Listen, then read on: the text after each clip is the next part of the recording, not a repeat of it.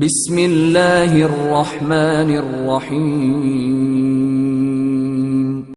یہ فرماتی ہیں کہ بعض لوگ نبی کریم صلی اللہ علیہ وسلم کے علم غیب کا انکار کرتے ہیں، تو ان کو کیا بدعقیدہ کہہ سکتے ہیں، اور کیا اس کی بنا پر یہ کہا جا سکتا ہے کہ یہ شخص جہنم میں جائے گا؟ دیکھیں، قرآن پاک کی نصوص کثیرہ سے یہ بات ثابت ہے اور قطعیہ سے یہ بات ثابت ہے کہ انبیاء علیہم السلام کو علوم غیبیہ اللہ کی عطا سے حاصل ہوتے ہیں۔ ہر نبی غیب کی خبر دینے کے لیے ہی آتا ہے۔ قرآن پاک کی ابتدا میں آپ دیکھ لیں، اللہ تعالیٰ فرماتا ہے ذَلِكَ الْكِتَابُ لَا رَيْبَ فِيهِ هُدًى لِّلْمُتَّقِينَ الَّذِينَ يُؤْمِنُونَ بِالْغَيْبِ۔ یہ وہ ذیشان کتاب ہے جو متقین کے لیے ذریعہ ہدایت ہے۔ متقین کون؟ وہ جو غیب پر یقین رکھتے ہیں۔ کسی بھی بات پر یقین رکھنے کے لیے پہلے اس بات کا جاننا ضروری ہے۔ اگر میں آپ کو کہوں، میں ایک بات آپ کو بتاتا ہوں، اس کا یقین کریں گے آپ کہتے ہیں چلو ٹھیک ہے صاحب بتائیں، میں بولتا ہوں بس کر لو یقین، بھئی بات تو بتائیں، نہیں کر لو بس یقین، تو آپ یقیناً یہ کہیں گے جب تک بات پتہ نہیں ہوگی اس پر یقین کیسے ہوگا؟ تو غیب پر یقین تو اس وقت حاصل ہوگا جب غیب آپ کے سامنے ہوگا، اور ہم از خود تو غیب جان نہیں سکتے۔ جو چیز غیوبات ہیں، جو اللہ کے علم میں ہیں، وہ ہم تک کیسے پہنچیں گے؟ اس کا مطلب ہے کوئی نہ کوئی وسیلہ چاہیے، اور وہ نبی وسیلہ ہوتے ہیں۔ کہ وہ امتحان تو ہوتا ہی یہ ہے کہ نبی کچھ غیوبات ہمارے سامنے ظاہر کرتا ہے اور کہتا ہے کہ تم اس تک خود نہیں پہنچ سکتے، تمہارے عقلی رسائی ہو ہی نہیں سکتی، میں خبر دے رہا ہوں مان لو۔ اللہ ایک ہے، آخرت ہے، عذاب قبر ہوگا، میدان محشر، جنت، دوزخ، تقدیر ہے، یہ اللہ کے نبی نے بتایا، فرمایا اس پہ یقین کرو کہ میں کہہ رہا ہوں، ورنہ عقل سے آپ جان کے بتا دیں ان چیزوں کو۔ تو خلاصہ کلام یہ ہے کہ علم غیب نبی کے لیے ماننا ضروری ہے۔ اب انکار کرنے والے کو دیکھیں گے، اگر وہ کہتا ہے کہ میں علم غیب کسی بھی قسم کا، نہ ذاتی نہ عطائی، مانتا ہی نہیں ہوں کہ کسی نبی کو ہو سکتا ہے یا غیر اللہ کو ہو سکتا ہے، تو پھر یقینی سی بات ہے کہ وہ یہ ذریات دین کا انکار کرنے والا ہے۔ پھر اس کے لیے یہ القابات ہو سکتے ہیں جو آپ نے ارشاد فرمائے۔ اور اگر کوئی کہتا ہے کہ نہیں میں مطلقاً نبی سے علم غیب کا منکر نہیں ہوں، لیکن بعض غیوبات نبی کو ہوتے ہیں بعض نہیں، یا وہ کوئی حدیث بتائے، دیکھیں اس حدیث کی روشنی میں اس مقام پہ اللہ کے نبی کو ثابت ہو رہا ہے علم غیب نہیں ہے، ویسے میں مانتا ہوں کہ نبی غیب کی خبر دینے کے لیے آتے ہیں، تو پھر وہ شخص ہم اس کو بدعقیدہ نہیں کہیں گے۔ پھر یہ ایسا تو علماء کے درمیان رہتا ہے کہ کوئی کسی چیز کے بارے میں کلام کرتا ہے اور زیر بحث رہتی ہیں وہ چیزیں۔ باب العقائد کی جتنی کتابیں ان میں آپ دیکھیں اس طرح کے ابحاث بہت موجود ہیں۔ تو اگر کوئی مطلقاً علم غیب کا انکار نہیں کرتا، کسی خاص جزئی میں دلیل کے ساتھ انکار کرتا ہے، دلیل کے ساتھ، تو ہم اس کو اس طرح کوئی غلط بات نہیں کہیں گے۔ لیکن اگر بلا دلیل بولے تو گمراہ ہے، اور اگر مطلقاً انکار کر دے تو اور زیادہ سخت حکم ہے، جس کے میں نے شروع میں اشارہ کیا۔ حضور فرماتے ہیں فرشتے کسی امر میں بحث کر رہے تھے، تو اللہ تعالیٰ نے فرمایا کہ محبوب یہ فرشتے کس معاملے میں بحث کر رہے ہیں؟ تو میں نے کہا لا ادری، مجھے اس کا ادراک نہیں کہ وہ کیا کہہ رہے ہیں۔ تو پھر اللہ نے اپنا دست قدرت میرے دو کندھوں کے درمیان رکھا، دست قدرت یہاں آیا، ٹھنڈ سینے میں پڑ گئی۔ فَعَلِمْتُ مَا فِي السَّمَاوَاتِ وَالْأَرْضِ، زمین اور آسمان میں جو کچھ تھا اللہ نے سب کا علم مجھے عطا کر، سینے میں نور آ گیا، سینے میں علم آ گیا۔ کائنات کی کوئی شے ایسی نہیں ہے جو حضور علیہ السلام نہ جانتے ہو۔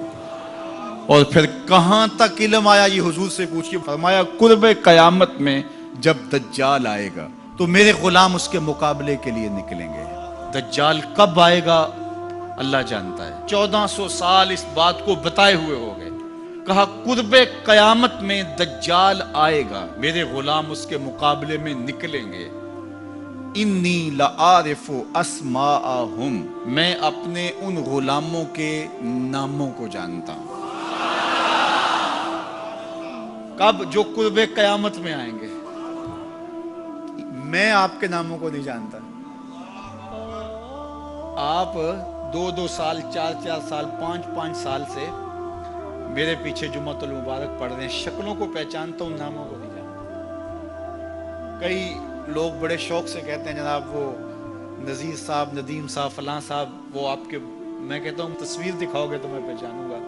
تو اتنے لوگوں کے نام میں یاد نہیں رکھتا۔ تو جب میں آپ کے نام نہیں جانتا جو ہر جمعۃ المبارک کو یہاں آتے ہیں، تو جہاں 2 مہینے کے بعد درس قرآن دینے جاتا ہوں تو وہاں کے لوگوں کے نام کیسے جانوں گا؟ اور پھر جو سوشل میڈیا پہ سنتے ہیں اور میں ان کو دیکھا بھی نہیں، ان کے نام کیسے جانوں گا؟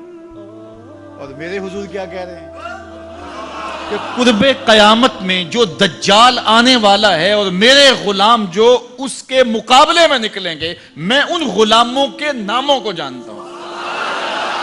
بات ختم یہاں نہیں ہوئی، یہاں ختم ہو جاتی پھر بھی کافی تھا، لیکن میرے حضور نے آگے بھی بات فرمائی، وَأَسْمَاءَ آبَائِهِمْ، ان کے باپوں کے ناموں کو بھی جانتا ہوں، ان کے باپوں کے ناموں کو بھی۔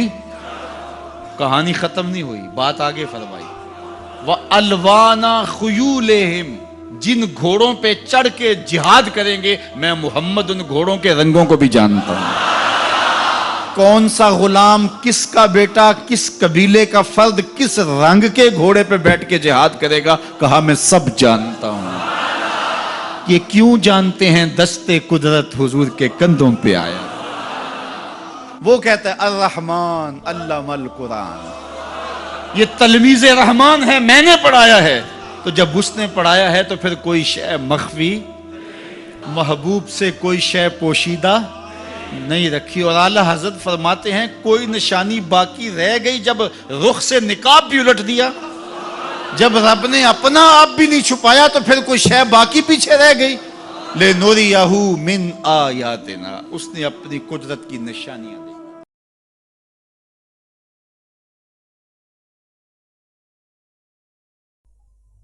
یقیناً حضور بہت سے غیب پر مطلع کیے گئے تھے، اور نبوت جو ہے وہ شے از غیب ہی تو ہے، ورنہ عام انسان میں اور ایک نبی میں فرق کیا ہے؟ البتہ یہ کہنا کہ کل کا کل غیب آپ کے علم میں تھا، یہ زیادتی ہے۔ میں نے ایک دفعہ عرض کیا تھا آپ سے، جب میں کہہ رہا تھا کہ توحید اور شرک فی الصفات، ان میں فرق کیا ہے؟ صفت اللہ کی جو ہے وہ اس کی ذات کی طرح قدیم ہے، اس کی ذات کی طرح لامتناہی ہے، اس کی ذات کی طرح ذاتی ہے، کسی اور نے نہیں دی ہے اس کو۔ اور انسان کوئی بھی ہو، ان کا کوئی صفت ہو، مثلا علم، وہ اللہ کا عطا کردہ ہے، عطائی ہے، ذاتی نہیں ہے، اور وہ محدود ہے، لامحدود نہیں ہے، اور وہ حادث ہے، قدیم نہیں ہے۔ میں نے اپنے زمانہ طالب علمی میں اس مسئلے پر کچھ تحقیق کی تھی۔ بریلوی مکتب فکر کے ایک بڑے عالم ہمارے شہر منٹگومری میں تھے، وہاں میں نے ان سے جا کر بات کی۔ انہوں نے کہا ہم حضور کے بارے میں یہ 3 باتیں مانتے ہیں کہ حضور کا علم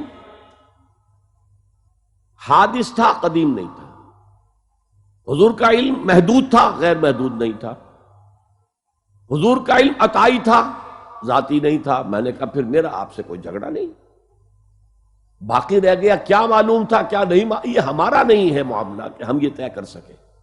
ہم کہاں ناپیں گے اس علم کو کہ جو اللہ نے حضور کو دیا ہے؟ حضور نے تو آپ کو معلوم ہے کہ شب معراج میں جنت بھی سیر کی ہے، دوزخ کا بھی مشاہدہ کیا ہے۔ دنیا میں رہتے ہوئے بھی آپ ایک دفعہ نماز پڑھا رہے تھے، نماز استسقاء غالباً تھی، تو آپ ایک دفعہ پیچھے ہٹے جیسے کوئی سامنے سے خوف والی شے آ گئی ہے، اور ایک دفعہ آگے آپ نے ہاتھ بڑھایا۔ تو صحابہ نے پوچھا کہ حضور آیا یہ نماز کا حصہ ہے، اس طرح پیچھے کو ہٹنا اور آگے کو بڑھنا؟ فرمایا نہیں، میرے سامنے جنت لے آئی گئی اور میرا جی چاہا کہ میں کوئی پھل توڑ کر تمہارے لیے تمہیں دے دوں، تو میں نے ہاتھ بڑھایا اور دوزخ آ گئی، اس کی لپٹ سے مجھے، اس کی گرمی سے مجھے پیچھے ہٹنا پڑا۔ تو دنیا میں رہتے ہوئے انہیں جنت اور دوزخ کے نظارے کرائے جا رہے ہیں، اور یہ انبیاء کا معاملہ ہے۔ کذالک نوری ابراہیم ملکوت السماوات والارض، ہم ابراہیم کو آسمان اور زمین کے ملکوت کی سیر کراتے رہے۔ تو یہ تو نبی ہوتا ہی تب ہے جب علم غیب میں سے کچھ حصہ اس کو ملتا ہے۔ کتنا ہے یہ ہم نہیں کہہ سکتے، اور یہ ہماری اپنی حیثیت سے تجاوز کا معاملہ ہے کہ ہم تعین کرنے بیٹھ جائیں کہ یہ معلوم تھا اور یہ معلوم نہیں تھا۔ اس بحث میں پڑھنا غلط ہے۔ تو ایک بڑے بدعتی صاحب تھے ہمارے محلے میں، وہ کہتے تھے نبی صلی اللہ علیہ وسلم کو ما کانا و ما یکونو کا علم حاصل ہے، ہر چیز کے بارے میں، یعنی گویا اللہ کے علم اور نبی کا علم کیا ہو گیا؟ برابر ہو گیا، اللہ نے دے دیا ہے آپ کو سب چیزوں کا علم۔ تو ہم چلے گئے، بچے تھے، ہم نے ان سے پوچھا جا کے کہ حضرت یہ تو آپ کہہ رہے ہیں سب کچھ ہی پتہ چل گیا ان کو، تو اس کی دلیل کیا ہے؟ انہوں نے قرآن کی آیت پڑھی وما هو علی الغیب بضنین، ہمارے نبی غیب پر بخیل نہیں ہے، یعنی اللہ نے جو نبی کو غیب کا علم دیا تو ہمارے نبی اس میں بخیل نہیں ہے۔ بخل کہتے ہیں نا کہ اپنے پاس رکھ لینا چیز کو سنبھال کے، بخیل نہیں ہے، سخاوت کرتے ہیں اس علم میں۔ تو میں نے فوراً ان کو جواب دیا، میرے دماغ میں اس کا جواب، میں نے کہا بھائی اس سے کلی علم، سارا علم غیب مراد نہیں ہے۔ کہنے لگے کیوں؟ میں نے کہا اگر سارا علم غیب مراد ہوتا تو نبی پھر سارا علم غیب امت کو دیکھ کر جاتے، اگر کچھ اپنے پاس رکھتے تو بخل لازم آتا کہ نہیں آتا؟ تو قرآن تو کہہ رہا ہے وما هو علی الغیب بضنین، یہ تو بعد میں پھر میں نے گرامر پڑھی تو اور کچھ اس میں نقطے نکلے، جب اس وقت مجھے کچھ بھی نہیں آتا تھا، یعنی گرامر میں پتا چلا اس میں تو آتا ہے ذرہ برابر بھی بخل نہیں کرتے، بضنین میں بات تاکید کے لیے، ما ہوا علی الغیب بضنین، نبی کو اللہ فرماتے ہیں ہم نے جو غیب دیا اس میں ذرا بھی بخل کا سے کام نہیں لیتے، سارا امت کو کیا کر دیا آپ نے؟ بانٹ دیا، کچھ بھی نہیں، یعنی اس میں بخل نہیں کیا آپ نے۔ تو میں نے کہا اگر اس سے کلی علم غیب مراد ہوتا تو پھر نبی صلی اللہ علیہ وسلم امت کو بھی عالم الغیب بنا کے جاتے، تو اس سے کلی علم غیب نہیں ہے، جتنا جو جزوی علم غیب اللہ نے اپنے نبی کو دیا جو اللہ کے علم کے مقابلے میں یقیناً کم تھا، ہمارے مقابلے میں تو بہت ہے، تو ہمارے نبی نے جو علم غیب اللہ نے بانٹنے کو کہا امت کو اس میں نبی نے بخل سے کام نہیں لیا۔ تو شریعت کی جتنی ضروری چیزیں تھیں، قبر کے احوال، قیامت کے احوال، جو بھی اللہ نے نبی صلی اللہ علیہ وسلم کو بتائے، اور وہ ایسی باتیں جن کا امت کے عملی زندگی سے یا دین کی زندگی سے تعلق ہے، تو اس میں نبی نے ذرا بھی بخل سے کام نہیں لیا اور وہ سارا امت کو دے کر گئے نبی صلی اللہ علیہ وسلم۔ جیسے حکیم لوگ ہوتے ہیں نا، بہت اچھے اچھے نسخے اپنے ساتھ قبر میں لے کے چلے جاتے ہیں، یہ بخل ہو گیا نا۔ تو ہمارے نبی نے بھی امت کے فائدے کی جتنی چیزیں تھیں جن کا تعلق غیب سے تھا وہ تمام چیزیں امت کو بتا دی ہیں۔ تو اس سے کلی علم غیب مراد ہوتا تو وہی پھر امت بھی کیا بن جاتی؟ عالم الغیب بن جاتی۔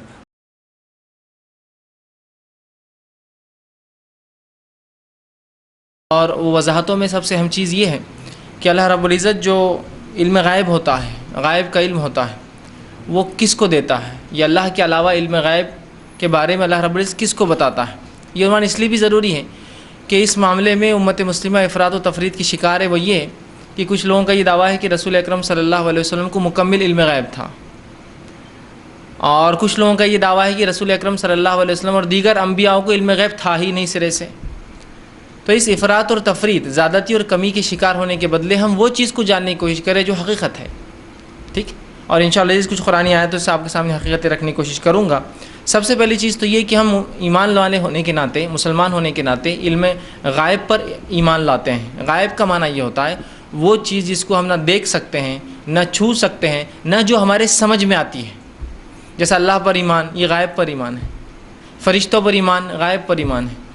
کتابوں پر ایمان، غائب پر ایمان۔ حقیقی کتابیں تو ہم نے دیکھی نہیں، ٹھیک ہے۔ رسولوں پر ایمان، یہ غائب پر ایمان ہے، ٹھیک ہے۔ تقدیر پر ایمان، یہ غائب پر ایمان ہے۔ جنت پر ایمان اور جہنم پر ایمان، یہ غائب پر ایمان ہے۔ جنوں پر ایمان اور فرشتوں پر ایمان، یہ غائب پر ایمان ہے نا۔ تو غائب پر ایمان لانا ایک مومن کی صفت ہے، یاد رکھیے۔ اور اس بات کو اللہ رب العزت نے سورہ بقرہ میں یوں فرمایا اور کہا الف لام میم ذالک الکتاب لا ریب فیہ ھدی للمتقین الذین یؤمنون بالغیب ویقیمون الصلاۃ ومما رزقناہم ینفقون۔ الف لام میم، اس کتاب کا اللہ کی طرف سے ہونے میں کوئی شک نہیں، ہدایت متقین کے لیے۔ اور متقین کی صفت یہ بیان کی الذین یؤمنون بالغیب۔ پہلی صفت متقی کی ہے کہ ایمان لاتے ہیں غائب پر، انسین جس کو بولیں گے، جو چیز دیکھی نہیں گئی یا دیکھی نہیں جا سکتی اس دنیا میں رہتے ہوئے۔ تو غائب پر ایمان لانا یہ ایمان کا یاد رکھیے جز ہے، یاد رکھیے۔ اور اس کے بغیر ایک انسان ایمان والا ہو ہی نہیں سکتا جو غائب پر ایمان نہ لائے، ان چیزوں پر ایمان نہ لائے جن چیزوں کو دیکھ نہیں سکتا، چھو نہیں سکتا، لیکن اللہ کی کتاب نے اور اس کے رسول نے ہمیں بیان کر دیا ہے، ٹھیک۔ تو ہم غائب پر ایمان لاتے ہیں جیسا کہ اللہ رب العزت نے حکم دیا۔ اب غائب پر ایمان میں ایک بات یاد رکھیے، اللہ رب العزت، اللہ سبحانہ تعالیٰ غائب پر ایمان کا جو معاملہ ہوتا ہے اپنے انبیاؤں میں سے جس کو چاہتا ہے اور جتنا چاہتا ہے غائب کا علم عطا کرتا ہے۔ اللہ سبحانہ تعالیٰ اپنے نبیوں اور رسولوں میں سے، دیکھیے میری بات پہ غور کیجیے، صرف انبیاء اور رسول، اس کے علاوہ غائب کا علم کسی کو نہیں ہوتا ہے، کسی کو نہیں، نہ اللہ کے فرشتوں کو نہ دیگر مخلوقات کو، ٹھیک۔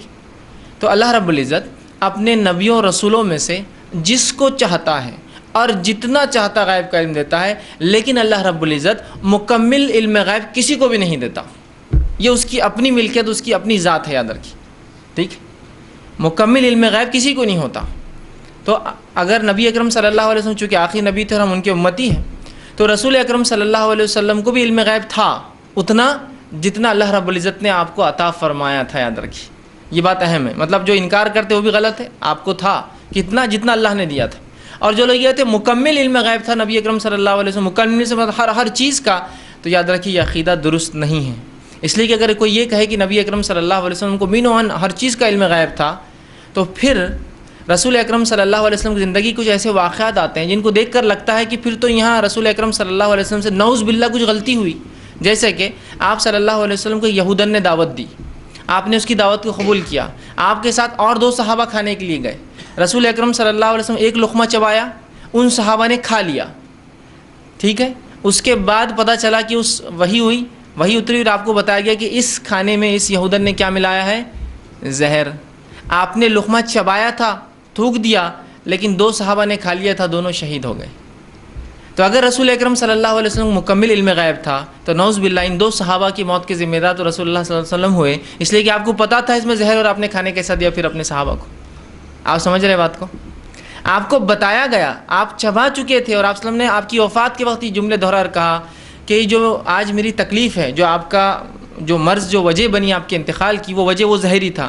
تو آپ اپنے انتقال سے پہلے فرمایا تھا وہ جو یہودن کا زہر ہے عائشہ آج مجھ پر اثر کر رہا ہے. مطلب وہ ایک نوالا چبانا بھی اتنا اثر انداز تھا کہ رسول اکرم صلی اللہ علیہ وسلم کی وفات ہوئی تو آپ نے فرمایا عائشہ جو میری تکلیف ہے یہ اس یہودن کا زہر آج اثر کر رہا ہے. ان صحابہ پہ تو فوراً کر چکا تھا وہ، چونکہ وہ کھا چکے تھے نوالا، اور آپ نے صرف چبایا تھا. مطلب کتنا خطرناک زہر تھا وہ، ہے نا. تو اگر آپ کو علم غیب ہوتا تو کیا آپ 2 صحابہ کو اپنے اتنے جن سے آپ سب سے زیادہ محبت کریں، رسول اکرم صلی اللہ علیہ وسلم انسانوں میں صحابہ سب سے زیادہ محبت کرتے تھے، ہے نا، کیا ان کو کھانے دیتے؟ نہیں نا. دوسرا واقعہ آتا ہے کہ آپ صلی اللہ علیہ وسلم کے پاس کچھ لوگ آئے اور کہ اللہ کے رسول ہمیں کچھ لوگ بھیجیے جو ہمیں علم سکھائے دین کا. آپ نے 70 قرہ 70 ان صحابہ کو جو صحابہ حافظ قرآن تھے اور دین کا چوٹی کا علم رکھتے، 70 صحابہ کو بھیجا کہ جا کے ان کو قرآن کا علم سکھاؤ. لیکن وہ لوگ دغاباز تھے. یہ چال تھی، جب وہ 70 صحابہ نکلے راستے میں انہوں نے گھیراؤ کیا اور سب کو قتل کر دیا سوائے 2 کے، جس میں سے ایک زخموں کی وجہ سے انتقال کر گئے اور صرف ایک بچے. تو کیا نعوذ باللہ رسول اکرم صلی اللہ علیہ وسلم ان 70 صحابہ کو جو کہ قرہ تھے، دین کا علم رکھتے تھے، خامخواہ لوگوں کو دشمن کے حوالے کر دیتے؟ اس طرح اگر آپ کو علم غیب ہوتا تو آپ کہہ دیتے تم تو چال بازی سے آئے ہو، تم تو منافق ہو، تم دھوکہ دینے والے ہو. ٹھیک ہے، تو انبیاء علیہ الصلاۃ والسلام کو علم غیب ہوتا ہے اتنا جتنا ان کا رب انہیں عطا فرماتا ہے. لیکن انبیاء علیہ الصلاۃ والسلام کے علاوہ کسی کو بھی علم غیب نہیں ہوتا. یاد رکھیے، چاہے وہ انسان پھر مرتبے میں کتنا اونچا ہو، چاہے صحابی ہو، تابعین ہو، تبع تابعین ہو، امام ہو، محدث ہو، مفسر ہو، کوئی بھی ہو. یاد رکھیے، اور یہ تمام ہی اللہ کے اولیاء ہے. یاد رکھیے اللہ کے دوست ہے یہ تمام. چونکہ ولایت میں سب سے اونچی ولایت انبیاء کی ہوتی ہے، سب سے اونچے اللہ کے ولی انبیاء ہوتے ہیں. انبیاء کے بعد صحابہ ہوتے ہیں، صحابہ کے بعد تابعین ہوتے ہیں. تو جب ان کو نہیں ہو سکتا ہے صحابہ اور تابعین کو، تو دیگر انسانوں کو تو علم غیب ہو ہی نہیں سکتا ہے. ٹھیک ہے، اب اللہ اپنے نبیوں کو علم غیب جو دیتا ہے اس کے تعلق سے خود اللہ رب العزت نے قرآن میں یوں بیان کیا. سورہ نمبر 72 سورہ جن آیت نمبر جو ہے اس کی 26 اور 27 میں اللہ نے فرمایا عالم الغیب فلا یظہر علی غیبہ احدا. اللہ عالم الغیب ہے، غیب کا علم رکھتا ہے، اور اپنے علم غیب میں سے وہ کسی کو اس علم کا اظہار نہیں کرتا ہے. لیکن آگے فرمایا الا من ارتضی من الرسول فانہ یسلک من بین یدیہ ومن خلفہ رصدا. لیکن اپنے چنندہ نبیوں میں سے یا پسندیدہ نبیوں میں سے یا جس نبی سے وہ راضی ہو جائے اس کو علم غیب دیتا ہے. لیکن جب اس کو وہ علم دیتا ہے تو اس کے اگلے اور پچھلے سے اس کی مکمل حفاظت کرتا ہے. ٹھیک، کیوں؟ جیسا کہ رسول اکرم صلی اللہ علیہ وسلم قرآن نازل ہونے والا تھا، آسمانوں کی جو ہے بہت زبردست انداز سے جو ہے اللہ رب العزت نے جو ہے حفاظت شروع کر دی تھی، فرشتے تعینات کر دیے تھے. خود رسول اکرم صلی اللہ علیہ وسلم جب تک وحی اترتی رہی فرشتے گھیرے ہوئے رہتے تھے. ٹھیک ہے، تو فرمایا اپنا علم غیب جب دیتا ہے کسی اپنے چنندہ نبی کو، مکمل نہیں، جو ضرورت ہوتی ہے تو مکمل طور سے اس کی حفاظت بھی کی جاتی ہے اس علم غیب کی. ٹھیک ہے، تو اس آیت سے پتہ چلا انبیاء علیہ الصلاۃ والسلام کو اللہ جتنا چاہتا ہے علم غیب میں سے عطا کرتا ہے. اب کیوں کرتا ہے؟ دوسروں کو کیوں نہیں کرتا اور انبیاء کو کیوں کرتا ہے؟ اس لیے کہ انبیاء کے اتنے گریٹ مشن پر ہوتے ہیں، اتنے بڑے کام کے لیے نکلے ہوئے ہوتے ہیں کہ وہ ساری انسانیت کے خلاف بات کرنے کھڑے ہوتے ہیں. ساری انسانیت بولتی بت پرستی کرو اور وہ اٹھ کر کھڑے ہوتا اور کہتا ایک اللہ کو مانو. تو اس دعوت کے لیے کس درجے کا ایمان چاہیے, اور اس درجے کے ایمان کو حاصل کرنے کے لیے جب وہ غائب کو دیکھ لیتے ہیں تو ان کا ایمان بہت بلند ہو جاتا ہے, یاد رکھیے. اور پھر یہ تمام تکلیفیں انسانوں کی دی گئی, تمام مشکلات ان کے لیے سہنا آسان ہو جاتا ہے. ٹھیک ہے, تو انبیاء علیہ الصلوۃ والسلام کو اللہ رب العزت یہ کام کیوں کرواتا ہے, اس کے تعلق سے جو ہے قرآنی بہرحال کہیں آئے تھے, لیکن ایک وضاحت یہ بھی اور بہرحال باقی تھی کہ علم غیب کو سمجھنا یہ ہمارے لیے ممکن نہیں ہوتا ہے, لیکن اگر علم غیب کی کوئی بات اللہ اپنے نبی کے ذریعے ہم تک پہنچا دے تو اس پر ویسے ہی ایمان لانا یہ ہمارے لیے شرط ہے. سمجھ رہے آپ, ہم سمجھ نہیں پاتے. جیسے کہ جنت پر ایمان لانا, جنت کیسی کیا میں اور آپ سمجھ سکتے ہیں؟ ممکن ہی نہیں. جہنم کی تکلیفیں کیا ہے میں اور آپ سمجھ سکتے ہیں؟ ممکن ہی نہیں. لیکن اس کے باوجود بھی چونکہ اللہ کی کتاب نے بیان کر دیا, میں اور آپ جنت و جہنم پر ایمان لاتے ہیں, یاد رکھیں. تو ایمان لانا ضروری, لیکن اس کی کیفیت کو سمجھنا میرے اور آپ کے لیے ممکن نہیں ہے بلکہ محال ہے اس دنیا کی زندگی میں. کیوں؟ اگر سمجھ لیجئے مثال کے طور پر آج سے سمجھ لیجئے 100 سال پہلے کا زمانہ یا 70 سال پہلے کا زمانہ لے لیجیے, 80 سال پہلے کا. فوٹو جب اتنی عام نہیں تھی, فوٹوگرافی عام نہیں تھی, نیوز پیپرز نہیں تھے. امریکہ میں ایک بلڈنگ بنی تھی تقریباً 1931 کے اندر, جو ہے امپائر اسٹیٹ بلڈنگ. یہ دنیا کی سب سے اونچی بلڈنگ تھی تقریباً 50 سالوں تک, امپائر اسٹیٹ بلڈنگ. اس زمانے میں کچھ 110 یا 105 مالوں کی تھی وہ امپائر اسٹیٹ. ہوٹل ہے وہ ایک, آج بھی بہرحال موجود ہے. تو جب 1931 میں بنی تھی اور کوئی آپ کو اورنگ آباد میں آ کر اس زمانے میں کہتا 1931 میں یا 32 میں کہ ایک عمارت ہے وہ 110 مالے کی, تو آپ بولتے ہیں 110 مالے, مطلب کیا ہوتا ہے 110 مالے؟ 110 مالہ ہم نے دیکھا ہی نہیں کبھی.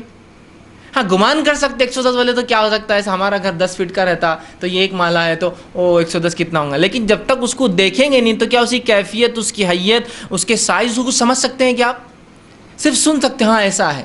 اس کے بعد کسی نے آپ کو ایک تصویر بتا دی, سمجھ لیجیے 1950-60 میں تصویریں عام ہوئی تو تصویر لائی کا امپائر اسٹیٹ بلڈنگ یہ ہے, تو آپ کہیں کتنی بڑی ہے, پھر بھی لیکن آپ سمجھ نہیں پائیں گے. کیوں؟ آپ نے دیکھا نہیں. پھر کبھی اللہ نے آپ کو موقع دیا اور آپ امریکہ چلے گئے, نیو یارک چلے گئے اور امپائر اسٹیٹ بلڈنگ, آپ نے کہا ارے یار تصویر میں بھی نہیں سمجھ سکتے تھے, کیا بلڈنگ ہے یار. وہ تصویر کہاں سے آپ کو سمجھ, تصویر تو کیا بازو والے سے آپ اس کو کمپیئر کر رہے ہیں, لیکن حقیقت میں آپ نے دیکھا تھوڑی اس کو.